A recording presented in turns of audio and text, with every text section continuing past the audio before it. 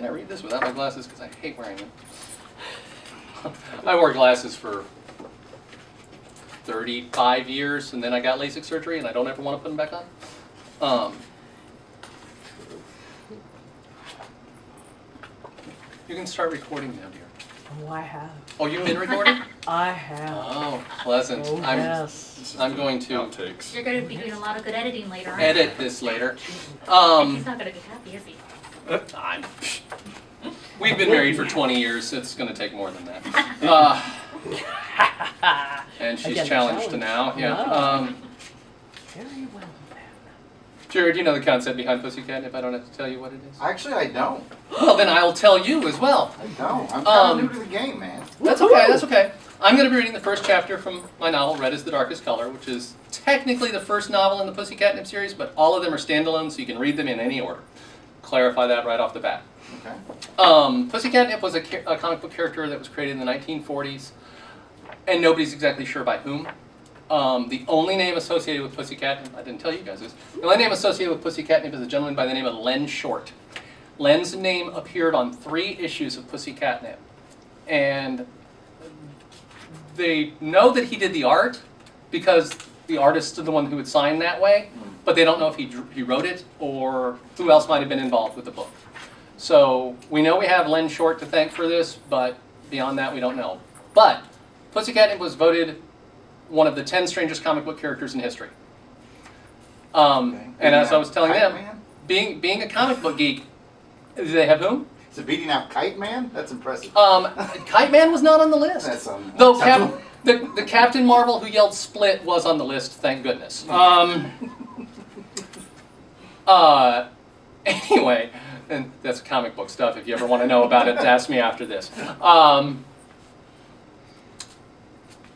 The character appeared 22 stories, never in her own book. She originally appeared in The Green Mask, #1, which back then a lot of books were big, thick anthology books anyway. They would have 10 characters in them,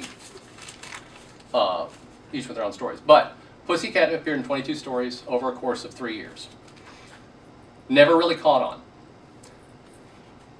Len and whomever else was involved was basically trying to capitalize on the idea of, hey, anthropomorphic animals are popular because Bugs Bunny and Mickey Mouse and all those characters were at their height of their popularity at the time. Pulp fiction is popular because you still have the Shadow, and then you had Batman and the Lone Ranger and all those characters. And crime noir is really popular. So he decided to merge all these. It was weird. The strangest story for me, Pussycatnip had to deal with an infestation of cats in her bar. Depending on this issue, she either owned a club called the Kit Kat Club or the Kit Kat Cafe, again, depending on the issue, or she was just a singer there. In my version, she owns the club and it's the Kit Kat Club. But they had invested her club with cats, and she is a cat. So this just seemed to me the oddest thing, and she had to leave the building because there was just too many cats. And I'm going, okay, sure. But anyway, I'm going to read the first chapter of Red is the Darkest Color. I picked up this character, ran with it, wrote this book in just over a month. It took me, I think, right at 5 weeks to write this whole novel. Fell in love with the character. I changed her origin because in the original she had a 2-panel origin. That seemed a little sparse. So I expanded on it, but I did this, so that's what this book is actually about. This is the true origin of Pussycatnip, the one she's unaware of until this book happens. So up until this point, the 2-panel origin is the only one she had. But I've given you plenty of background now. And now I will read you the first chapter of this book while Van is over there perusing his own novel. I'm trying to. You'll figure it out, man. It's okay. Left to right, top to bottom. Anyway, this is Red is the Darkest Color by Brett Brooks. It's a Pussycatnip novel. Chapter 1. The moment that his hand slipped free from the handle of the door, he was already reaching for it again. His left hand wiped across the front of his pants as if trying it made a difference with the handle in his right. Moving past the doorway, the warm air of the club welcomed him like an old friend as he stepped inside. The dim sound of the music playing and the aroma of smoke and food pulled at him. "Good evening, sir. Welcome to the Kit Kat Club." The friendly voice was even more accommodating. The counter almost hid the woman behind it, but she stood proudly, head high, shoulders back, a shock of red just peeking from under her pillbox hat. Hi," he answered softly. "Cold night, huh? Well, it's always warm in here," she chirped. "Would you care to check your coat for the night, sir?" "Huh?" His eyes ventured down as though just discovering he was, in fact, wearing such a garment. "Yeah, I guess." Her eyes lingered on him for a moment, then she leaned forward slightly. "First time here?" His head shook back at her. No, He swallowed. "That obvious?" "Don't worry about it. You're among friends. I'm Robin." She extended her hand across the counter. He took it in his and shook it once. "Everything's fine. Give me your coat and I'll give you a ticket. When you're done, just come back out and pick it up. It's on the house." The tip jar on the right side of the counter was just visible in his peripheral vision. "Okay, thanks." He slipped the coat off and laid it on the counter, revealing an ill-fitting blue suit beneath. Is Miss Catnip here tonight?" "Always," she answered with a laugh. "Miss Catnip is the star of the house." "Oh, good. Is she..." His thumb gestured down the hall. "Yeah, just go on in and head to the bar. Robbie's working tonight. He'll set you up with something to wet your whistle and settle your nerves. Miss Catnip should be up in just a few, actually," Robin explained. He nodded and looked down the hall, then back to the coat check girl. With a wink, she waved him on his way. Only a few steps later, the sounds of the band took over, forcibly easing each step as he moved to the top of the short set of stairs leading into the heart of the club. His hand locked on the rail and his feet shuffled as he took in the sight. A half-dozen waitresses scampered across the floor, deftly moving between the tables and patrons with practiced precision, while still managing to balance a tray in one hand. The pressed white shirt and black pencil skirts must have matched Robin's outfit based on the pillbox hat each of them wore. Beyond the tables was a dance floor with a handful of couples milling about while the small band played. The band sat beside the small raised stage, with 4 men in white suits on drums, trumpet, upright bass, and piano, making the music that sounded like it came from 4 times as many instruments. Finally, he locked on the long bar running on the left-hand side of the club. Relaxing his grip, he let go of the railing and stepped down to the floor, then walked to a seat that left at least one open space on either side of him. Without realizing it, his head turned again towards the stage, seeing only a lone microphone in the middle of it, with closed royal blue curtains hanging behind. "What's buzzing, cousin?" His head jerked back around to find a thin man with black hair looking his way. I came to see Miss Catnip," the man answered. "You and every other mug in here, bud," the bartender stated. "What can I get you to drink in the meantime?" Scotch, I guess." He reached in his jacket pocket and pulled out his wallet, then slipped a couple of bills from it and put them on the bar. "And I didn't mean that. I was here to see Miss Catnip perform. Well, not entirely. I hear she's wonderful, but... Oh, never mind. Just the scotch, I guess." The bartender's hand slipped out of sight and returned with a glass and a bottle, though his eyes never left the man across from him, who was staring at the wooden surface between them. "Need her on the rocks." "What?" The man looked up. On the rocks, I guess. Please." The glass disappeared once more, and a clinking sound of ice soon followed. "What's your name, pal?" "I'm Robbie." "Oh, I'm, Todd." His hand came up near his body with the finger directed back towards the entrance. "The nice girl at the front, Robin, I think, mentioned you." "Did she now?" The corner of Robbie's mouth turned up. "Yeah, well, she's a sweet cookie." He placed the glass in front of Todd and turned the bottle up over it. In just a couple of seconds, 2 slugs of scotch poured out of the jigger, which he cut off with a slight bump and a twist of the wrist. "So what's your story? You seem like a man with something to say." "Me? His chest fell. "Nothing. I don't have a story." He reached out and wrapped his hand around the glass, feeling the damp condensation add to the moisture already in his palm. "Come on, don't be a pill, buddy. You said you were here to see Miss Catnip." Robbie's head motioned to the stage. "She'll be up in just a couple." With more than a slight jag to his turn, Todd looked back at the stage, then back to the bartender. That is to say, do you know if Miss Catnip ever sees any of the people who come to see her? Robbie snorted softly. Depends on who it is and what they want. You a fan? Truthfully, I've never heard Miss Catnip sing before. He picked up the scotch and took a small sip. I was hoping that I might... There was a moment's pause, followed by Todd taking a much larger sip and then looking Robbie in the eye. I've heard that Miss Catnip can help people.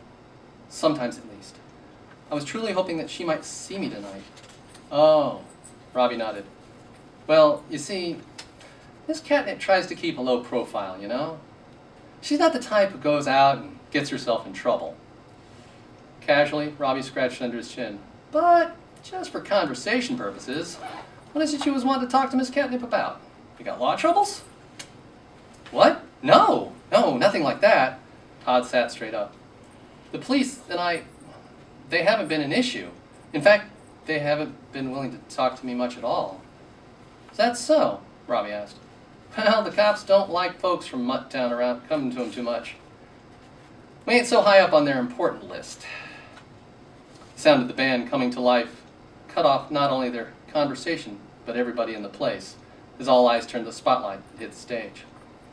Several bars of music sounded through the room, slowly softening to a more manageable level. A palpable tension grew, like a child waiting on ice cream to be handed down, finally resolved when a woman stepped into the spotlight, to enough applause to drown out the band. A male voice came from nowhere. Ladies and gentlemen, the Kit Kat Club proudly presents Miss Pussy Catnip. She stood, waiting at the microphone, wearing a yellow striped dress someone seemed to pour her into. The long hair that fell down the back almost matched the tone of her dress, and offset the cream color of her face.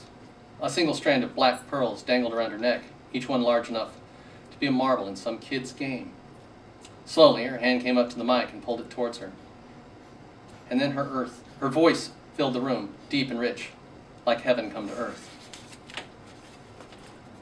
I've got a feeling in my mind about a man I've yet to find. This is actually a song and I can't sing. Imagine a woman with a great voice singing this. I've got a feeling in my mind about a man I've yet to find. Every day it's him I see. I just wish he'd look at me. I've got you inside my dream. I swear to you it's not a scheme. Every night I fade away looking for someone to play. And then I see you and start to say, hope you'll find me during the day. People say I look tired, but it's just my new attire. I just wanted to wait for him in a dress that's very prim. I've got you inside my dream. I swear to you it's not a scheme. Every night I fade away looking for someone to play. Then I see you and start to say, hope you'll find me during the day. Then's the part I'm so proud of, that you walk into my love. When you feel my loving heart, my life will finally start. I've got you inside my dream. I swear to you it's not a scheme. Still, you aren't here now with me. So I sing a heartful plea. Don't you think it's time you came to the arms of this lonely dame? What a shame. I've got you inside my dream. The applause from her appearance on stage was barely a whisper compared to the ovation following her song. And Todd was a welcoming participant. He stood from his stool, eyes fixated on the captivating creature, which kept him from seeing Robbie motioning Pussy towards them. Once again, the woman stepped to the microphone. Thank you. She paused for a moment. It's nice to see so many of you folks coming out in this cold. I hope you're finding it a bit warmer inside the club. The responding laughter was intercut with a smattering of applause and a wolf whistle or two. It's also nice to see so many boys out here with their wives or girlfriends, too, she teased. Of course, you do realize that means your wives and girlfriends out on their own tonight as well. The only thing breaking the laughter this time was a few silent areas of men considering her words. Well, the important thing is that you're here tonight, and we're going to do everything we can to make sure that you have a good time. Right now, I'm proud to bring to the stage one of the newest talents here at the Kit Kat Club. She's a sensational young singer that I'm sure you'll love, Miss Jenny Fole. A dark-skinned woman stepped through the curtains and onto the stage to a warm welcome. It paled in comparison to the one Pussy received, though. Miss Jenny belted into a song as bright and strong as she could, still staying in the shadow of the woman who went before her. Todd watched Pussy slip from the stage and make her way around the edge of the room. Every few steps, someone stopped her for this or for that, and each time she made her excuses and continued on her way. Watching her work her way closer, with each step, he ran the words he wanted to say through his mind. "She's really something, ain't she?" Robbie's voice called him back, and he turned to face the bartender. "Yes, she's better than everyone said she was, actually," Todd answered. "Well, it's kind of hard to put Miss Catnip into words. A song, maybe." He laughed. "So, you still wanting to talk to her?" Todd nodded. "Yes, very much so. But, well, so does everyone else, it seems. I doubt I'll even get close enough to say hello." "Oh, I wouldn't say that." The sultry voice behind him shocked Todd stiff. He turned slowly and saw a vision of beauty dressed in yellow not 5 feet away. "Now's the time when you would say hello, actually," she chuckled. "Hello," he repeated mechanically. "Hello to you." She pointed at the bar stool beside him. "Is this seat taken?" He looked over at it and blinked. No, it's free." "Good." She slipped onto the stool without a hitch in her step, then raised a single finger towards Robbie, who responded with a short nod. Todd turned back to his drink and downed the remainder in a single gulp. When he turned back, the lady beside him was looking his way. "I'm Pussy Catnip." She extended her hand. His lips got slightly ahead of his words, but they eventually found their way around as he shook her hand. "I'm Todd. Todd Crocker." "It's pleased to meet you, Mr. Crocker." She pulled her hand back, and just as the bartender set down a half-filled glass of clear liquid. "Thank you, Robert." "No, Miss Catnip, it's my pleasure," Todd gulped. "Please, call me Pussy." She took a sip and set the glass back down on the bar. "Now, Mr. Crocker, what is it that brings you in tonight? Just out for a night on the town?" "I wish it was so, ma'am," he answered. No, I'm in a bad state right now. I don't know where to turn." "Sorry to hear that, Mr. Crocker. What makes you think that I can help you?" Her whole body leaned in towards the bar, almost molding itself to the counter. He shook his head. "I've heard people talk. They say things about you, that you help others out, and well, I was hoping..." Her hand came up and rested up gently on his. "Hoping for what, Mr. Crocker? What's wrong?" His eyes lingered on her hand, but eventually made it up to look in her face. "I made a mistake. My daughter, Abby, she's 6. She got real sick. She's got asthma bad. I took her to the doc, but he said she was going to need to spend some time in the hospital. The insurance folks were giving me a hard time, but I had to do something. I don't have that kind of cash. I'm just a regular guy. I work down at the water plant, so I took her to the hospital, and she was getting better, but I went through my savings, and my wife and I got desperate, so..." He stopped, his voice breaking to the point where all the words that were pouring out of him simply couldn't go any further. Pussy's voice spread over him like butter. "Do you need more money, Mr. Crocker? Is that it? I can put in a good word for you down at the bank, and they..." "No!" he interrupted. "That's just it. I got the money.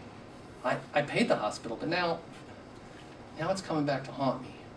I don't care that they threatened me, but not my wife and kid. I couldn't live with myself if something happened to them." "Okay." Pussy pulled her hand back. "You're going to have to give me some more details, Mr. Crocker. What happened?" "Like I said, I needed cash, and a guy I knew said I could get it from Boss Dog." His words made Pussy stiffen. "When I went to see him, he seemed real nice, you know? He sounded real worried about him and wanted to help. He got me the money right on the spot." "And you're having trouble paying him back?" The butter of her words were laced with barbs. "No, that's just it. I paid him back, with interest even. And before it was due." Todd swallowed. "Now he just says that things have changed, that I owe more. I don't have no more, Miss Catnip. I can't pay him anything else. And he sent his goons down to the plant, and they said they were going to show up at my house, and..." The sound of the song in the background was enough to hide the sobbing sound that followed. Pussy glanced over at Robbie, and with a shift of her eyes, and said everything he needed to know. The empty glass in front of Todd started refilling. The moment Robbie pulled the bottle away, Pussy took a hold of the glass and presented it to Todd. "Here." He took it from her hand. "Now I want you to spend some time here, enjoying the evening, Mr. Crocker." Her voice was now butter with honey. "And when you go home, you need to hug your little girl and kiss your wife, and get yourself a full night's sleep." "What?" He blinked. Are you going to help me? What are you going to do?" "Mr. Crocker." Pussy stood from the bar and leaned in to kiss the troubled man on the cheek. "Don't ask questions. Just go home. Everything's going to be just fine." She glanced over to Robbie, who gave her a nod in return. "Good night, Mr. Crocker. It was a pleasure meeting you." He watched her walk away, only realizing once she was gone.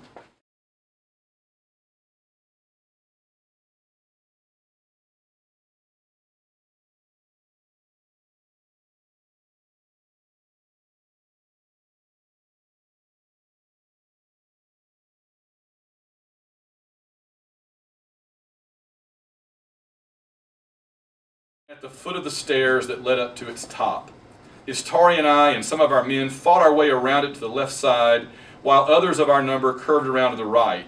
We converged again at the base of the steps once the enemy had been beaten back and laid low. As we passed by the pool, I couldn't help but look down at it, and my stomach turned upside down, my equilibrium for a moment lost. What upon first glance had seemed to me a basin of water now revealed itself as a window unto the greater universe. Stars and constellations sparkled across a black velvet background, glowing nebula of purple and red and blue streaking diagonally from left to right. It took my breath away, and it very nearly got me killed. As I gawked, one of the enemy warriors screamed a bloodthirsty cry and lunged for me. He probably would have had me as well, but as Tari saw what was happening, swung the long blade around behind himself and took the savage's head off.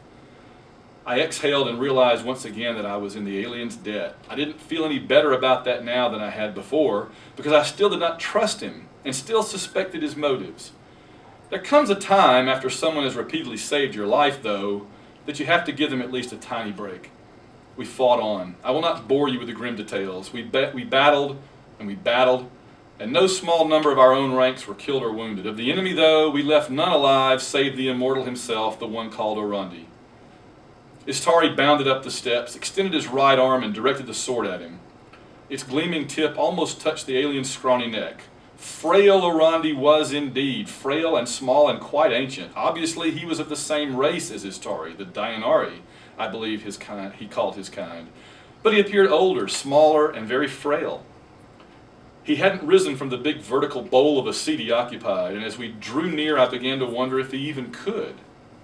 Then I saw the multitude of tubes and wires that led from the sides of the clamshell seat to his body, where they plugged into sockets set into his flesh.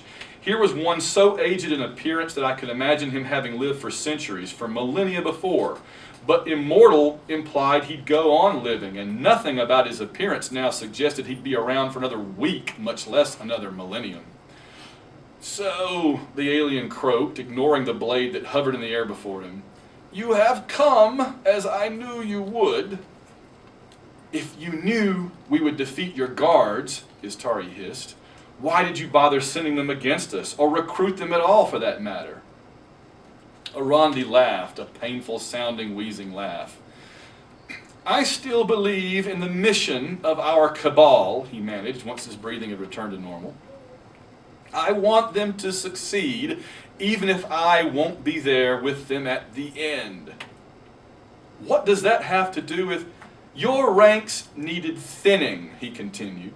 My role, as I foresaw it, was to remove as many of your pawns from the board as possible before I met my own fate. That I have now done. Istari and I both glared at him. You have always carried with you an overinflated sense of your own importance and of the significance of your visions, Istari growled. Seeing the future is not interpreting the future. Glimpsing isolated moments as you do is not comprehending the full course of time and destiny. Context is everything.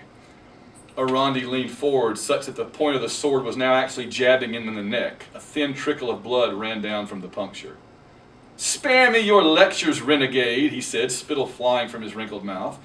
Do what you have come to do and be gone, he sneered. Your own reckoning draws near as well. Istari glanced at me. I exhibited no reaction. This, as far as I was concerned, was all his show.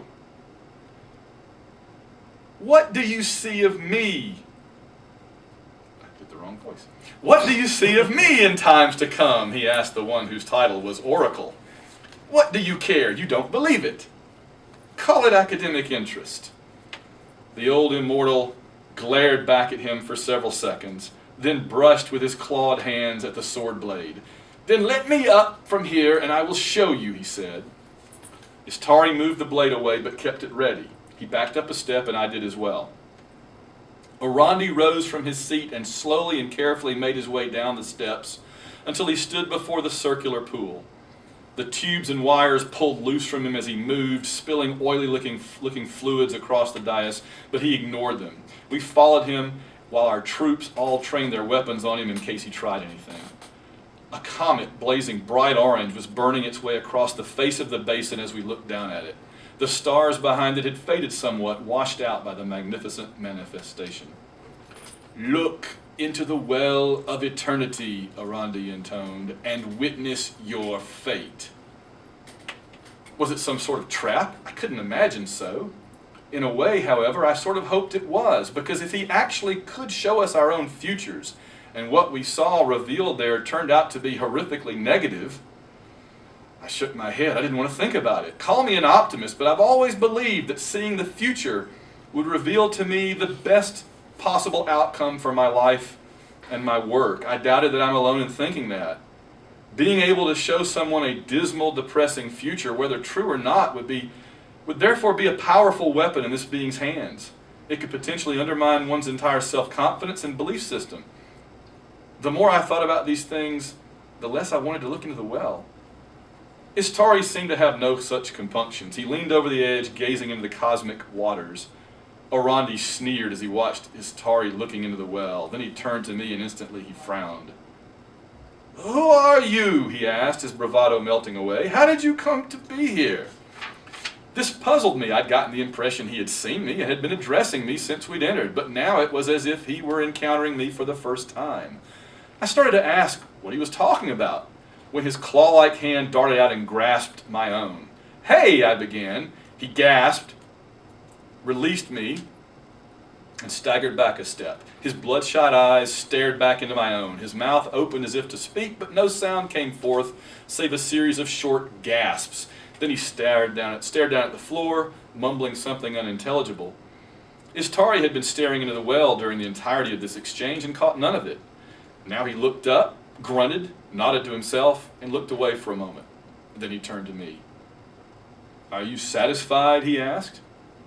I hadn't looked into the well. I'd pretty much decided not to. Anyway, and then I'd been distracted by the oracle's reaction to me. I thought about it one more time, looked back at him and nodded. "Yeah, I've seen all I want to see here." Istari nodded back, then turned to Orandi. He smiled. "It would appear your usefulness has reached its ending." "Wait," I interjected. I faced the oracle and asked, "What was that all about? What made you react that way to me?" What?" The oracle had still been contemplating the floor. Now he looked up at me, and again it seemed as if he were noticing me for the first time. This time, though, he exhibited no sudden reactions. He merely peered back at me dully. Istari gave me an odd look. He'd missed it all and had no idea what I was talking about or what was happening. Orandi blinked, shook his head, and replied, "Nothing. It was nothing." I gave him another second or two to acknowledge and explain, but he merely frowned and looked off to the side as if utterly confused by it all. Istari gave me a quick look. I shrugged, not certain what was happening or what to say. Istari took this, however, as an indication from me that I didn't care what became of the old guy. He nodded back. Then he ran the elderly immortal through with a lightning strike of the blade. I recoiled, surprised. Before I could say anything, Istari had kicked Orandi off the impaling weapon and allowed the oracle's dying body to stumble backwards. Gasping, he staggered back until his lower legs met the rim of the well. He tripped, head over heels, and tumbled into it. There was no splash, no impact of any sort. He merely fell and fell and fell, and eventually he was lost to view. Istari leaned down and gazed into the well. "He claimed eternity," the alien said. "Now he belongs to it." I looked up from the dark depths of the void to the darker depths of my companion's eyes. They were now cold and hard. "Why did you?" "I told you I would hurl him into his own abyss," he said, his voice flat, "and I did." I started to respond, but couldn't decide what to say. I exhaled slowly and nodded, and together we walked around the well of eternity and helped our wounded troopers to their feet. Then we made ready for the next phase of the operation. How had it come to this? I had never considered myself a proper soldier or warrior of any sort. Unlike my uncles and perhaps even my father himself, I had never dreamed of the glory of battle. No, what I was doing was not out of love of combat and desire for victory over my foes. It was something much less glamorous, less exciting, less thrilling. It was simply duty. That was it. That was what I clung to for the longest time. I was merely doing my duty. Duty to my father, to my family, and to my home world. Nothing beyond that. At the time, I refused to even entertain the idea that some part of me, deep inside, had been awakened by it, that I might actually be enjoying it. Later, I would want to blame Miss Torrey for that change within myself. But I know now that he was not at fault, at least not in that way. No, there had been in me since birth, I believe, a potential for violence, for battle, that had lain dormant, like dry kindling, awaiting a fateful spark. Istari, Prometheus-like in so many ways, provided that spark. But he was not the fire. The fire was within me all that time, awaiting its opportunity to blossom. As for Istari, 4 down, he stated flatly, wiping the blade of the golden sword on the outfit of one of the oracle's fallen savages. 4 to go. I didn't like Istari. I found him entirely too enigmatic and not at all trustworthy. I certainly didn't condone all of his actions, but I couldn't argue with his math. So that's my little first bit. Did you want to do some more? You want me to Oh do God, some more? I read for half an hour, man. You. All right, you go. I'll do one more little bit. Later on, Baranak has a horse named Comet, and they are traveling Did you know along. Supergirl? Oh, it's true. I hadn't thought of that. Yeah. Never seen Really? Yeah, So you're as no. big a comic book geek as I am. How can you not have thought of that? I actually named him because Corwin's favorite horse in the Amber books is Star, and I wanted an astronomical body that sounded like a horse, but Gotcha. wasn't a star, so I went with Comet, and now I understand why it seemed like a horse name. I thought of it and went, that seems like a horse name. Let me see where I was. Okay, I'll just do this little bit where the horse, I'll start with the horse. One of his sisters actually shoots the horse out from under him, and they have a fight in the mists of an interdimensional gateway, and then he loses her, or she loses him, and they're separated. He punches her, okay. She started to rise. I punched her again. Stay down, I shouted, furious with her. She's a very bad person. She reached for her fallen gun. I brought the sword around and down and sliced the gun in half. Sparks flew from it in a golden cascade. Cursing at me, she got to her hands and knees and scampered into the fog on the far side of the path. Gone. To where I couldn't say, but there was no way, even if I'd had the time, that I would have pursued her into the depths of the mist away from the path. She was unarmed now. Let her come back and try something.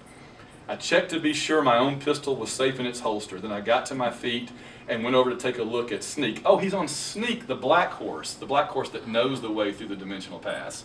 Poor Sneak. Ignore that comment thing. It never happened. Comment is somewhere else. I went over to take a look at Sneak. He was in a bad way. I knew I had to do something about it, and so I did. Then I walked away and back onto the path, sick to my stomach. I was beginning to question my career choices. I had trudged along the path for what felt like half of eternity when the little black creature trotted up beside me and struck up a conversation. Hi, what are you doing? The monotony of the journey had nearly lulled me into a state of hypnosis, and it took a moment for the creature's voice to get through to me. When it did, I looked down. It was black and furry and went on all fours and was about the size of an average dog, but it wasn't a dog. To be honest, I wasn't certain what it was.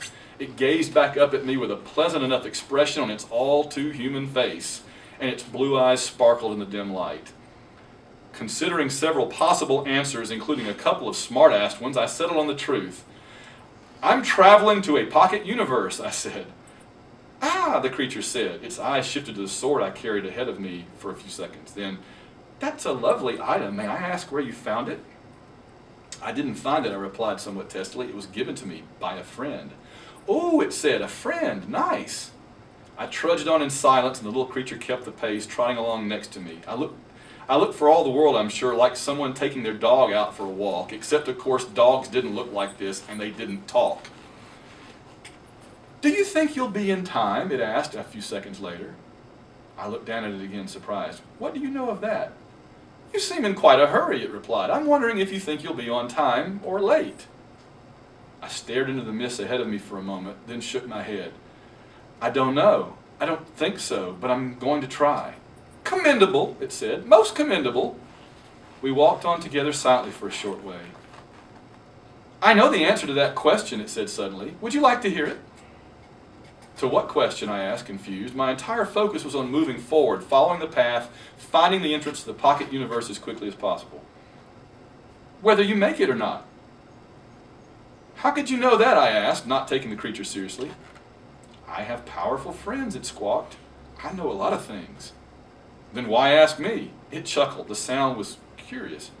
I don't know. I just wanted to hear your perspective on it all. You don't seem terribly confident, if you don't mind me saying so.